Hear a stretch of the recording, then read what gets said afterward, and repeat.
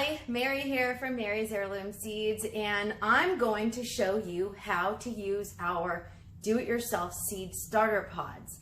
This is a new option here available at Mary's Heirloom Seeds. We have a few kits available. The first one is just the coconut core and the non-woven starter pods. Or there's some other ones where you can add some soil amendments in it as well, and some even come with seeds. But to get started, I'm just going to show you how to use these and how to fill them, how to reconstitute your coconut core. Now we have these smaller coconut core bricks. Everything comes with detailed instructions, but I'm going to simplify it by showing you in this really quick video. All of this information that I'm sharing with you on our videotape is available in the description section of this video. You can also find it available at marysheirloomseeds.com. Now I have a coconut core brick we have and a small plastic container. You can pretty much use any kind of non-porous container, but I like to use these because, one, if I go to schools and I'm volunteering, this is very easy to pack and go with me. But also, if I don't use all of this coconut core, I can just as easily put a lid on it, keeps the critters out, keeps the bugs out, and then I don't have to worry about it. So we're gonna get started. We take our coconut core brick here and we lay it down. I have 2 liters of water here. That's about what it takes, and we're just gonna pour it over, making sure we get all of that water. Here you can watch that brick expand. It's soaking up the water. You see it? It's moving. The brick is actually expanding as you watch. Takes about 5 minutes sometimes. I'm gonna add a little more water, add the rest of it.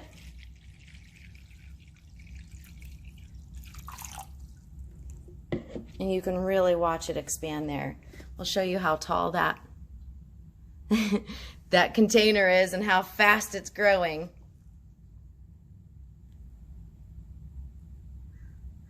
Expanding before our very eyes.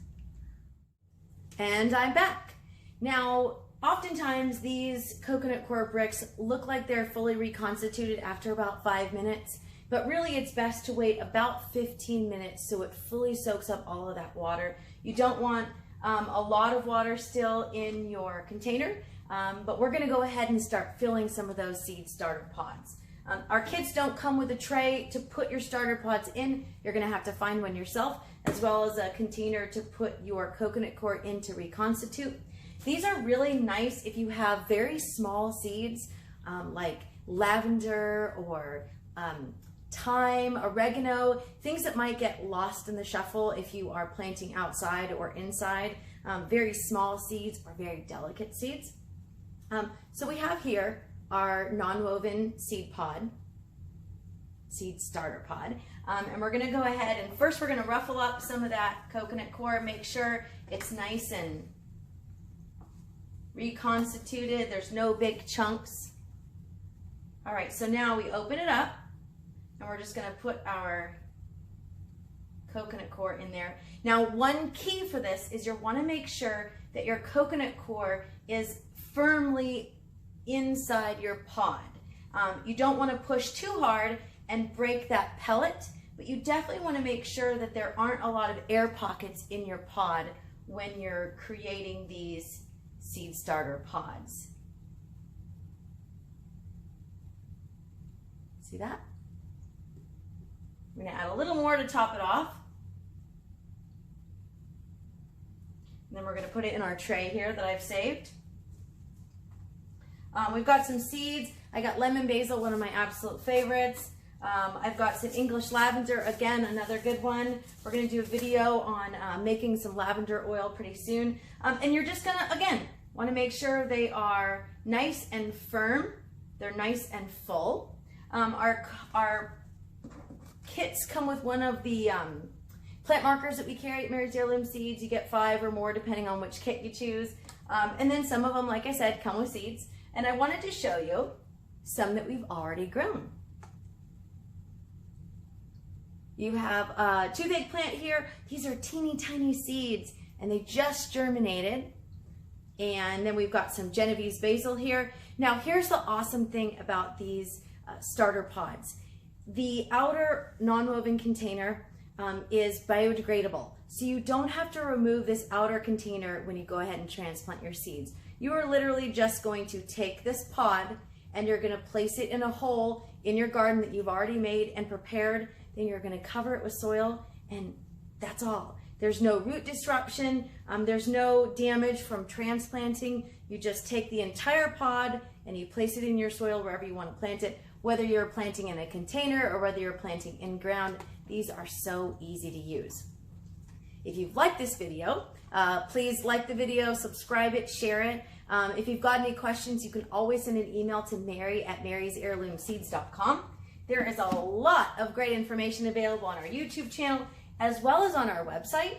A lot of people didn't realize that we have a whole section on starting a garden from scratch on our website. And we just did a new video series on our YouTube channel as well. So we like to share growing information with you. We like to be helpful as possible. So if you've got questions, I'll say it again. Our email is mary@marysheirloomseeds.com. If you're looking for seed starter pods that you can make yourself, check out the description section below in the video, and you'll see a few links that we've shared as well on how to use these. We do already have a video on reconstituting the larger bricks that we have of coconut coir. These are amazing for seed starting. Now, I have filled up 2, and just for video purposes, we're gonna go ahead and open up one of these seed packs here. I'll fill up the whole tray later on. I've got 100 seeds here for this dill.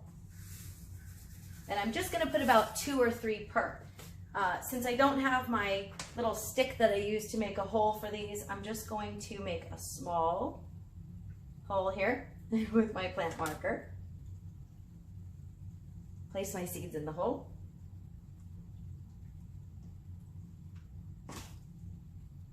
And that's it. It's that simple. Thanks for joining me, and happy planting.